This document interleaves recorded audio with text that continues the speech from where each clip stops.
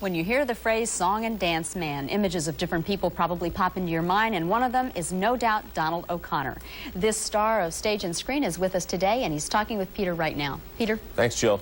The performance that many people recall is Singing in the Rain. Other people recall Francis the Talking Mule. And now, you wonder, was Francis the partner or were you the partner? Were you Francis's partner or was it the other way around? At times it was difficult to tell which one was the jackass, really. That's always been my problem. But of course he got more fan mail than I did, so that's why we broke up the team. But people remember you. They do occasionally. Yeah. Yes. You're at the Conover, right? Right. And what's going on over there? It's a wonderful show. Jackie Mason, it's his show. He four-walls the place. I think he stays in there for about 9 weeks or something like that. And he brings in guest stars. And this week we have Eddie Fisher and Jimmy Walker and myself and Jackie. And it's wonderful. It really is. Everyone gets on. I see. So Patty Andrews has gone on to something else, and you're where Patty Andrews was last week, right? That's right. Okay, now I understand. Right. All right. And then we have, of course, you're going to be interviewing a lot of wonderful people, a lot of people I'm crazy about. Debbie Reynolds is coming in, Anthony Newley, right, and Phyllis Diller. You love Phyllis, unless you know her. She's a marvelous gal. Unless I know her. Huh? Yeah, but Eddie is there. He's singing just great. He's fabulous. And it's a marvelous show. It really is wonderful. You mentioned something as you walked out of the studio when you were here for a couple of minutes before the show about slipping punches, which, by that I gathered that you have been a boxer. I used to box. My father, outside of being a great circus performer and vaudevillian, he used to take on all comers on circuses and vaudeville with a light heavyweight champion by the name of Peter Marr. And they put up $5 if they could last around. And, you know, he had to be a good fighter because nobody ever had $5 in those days. So I sort of picked that up from my father, and I've been boxing since I was about 5 years of age. And I've had, outside of my brothers who were great fighters, I've had good teachers. Barney Ross, Baby Joe Gans, and a few people. You know, a lot of people think, oh, well, if he's an actor, he's got to have his face on TV. No, that's right, I got it.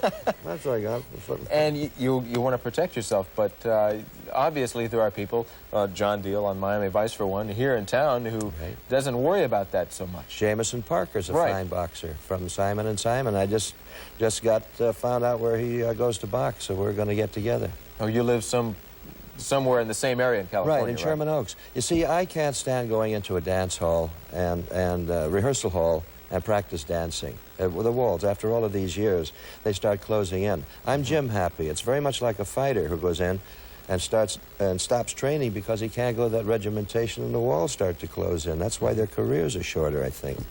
But with me, I love to box, and it keeps me up on my toes. I don't go in there to kill anybody, and I don't expect to get hurt. But if you're with somebody good, you can get a wonderful workout, and it does all the things for me that I need.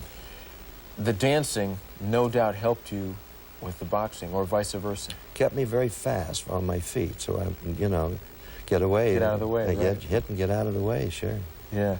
So, you have done innumerable acts over the last several years. You've traveled pretty much all over the country, don't you, to do different things? That's right, and most of the things I do now, because nightclubs are becoming lesser and lesser. I think right here in Miami is a good example of that. Yeah. But that's around the world it's that way. So I do plays. I just finished doing How to Succeed in Business Without Really Trying. I did 6 weeks of that in Atlantic City and in Chicago. So I take plays out on the road. I've been Captain Andy and Showboat. I did that for a year and 3 months. I'm a wonderful Captain Andy. You must like it, too. In order to do it for a year and 3 months, you just about have to like it. Really. It was done by the Houston Opera Company. They're the ones that did Porgy and Bess not too long ago. And they're marvelous shows. It's a lot of fun. Really, you get pretty good at your profession at that.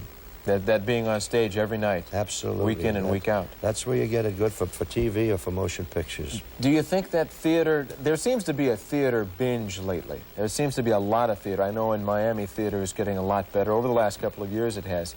You see that all over the country pretty much? Yes, you do. How come? I think it's because, number one, they are running out of nightclubs, you know, and I think with the kind of things that they're seeing on TV, I think people want to get together again and meet each other, like they used to do in the old days of vaudeville. Vaudeville was so wonderful because it not only was 4 walls, and they weren't seeing 8 great acts up on the stage or a wonderful movie, there was a time for them to share each other's joy and sadness. And kids went in a movie house, and they grew up, a vaudeville house. They grew up there and married. And well, maybe I think they want to get out and share again. Go over and share the show over. You come over and share. All right. And you got to bring her too. Thanks, Don. She looks gorgeous. I grew up on your movies, Donald. I really enjoyed it.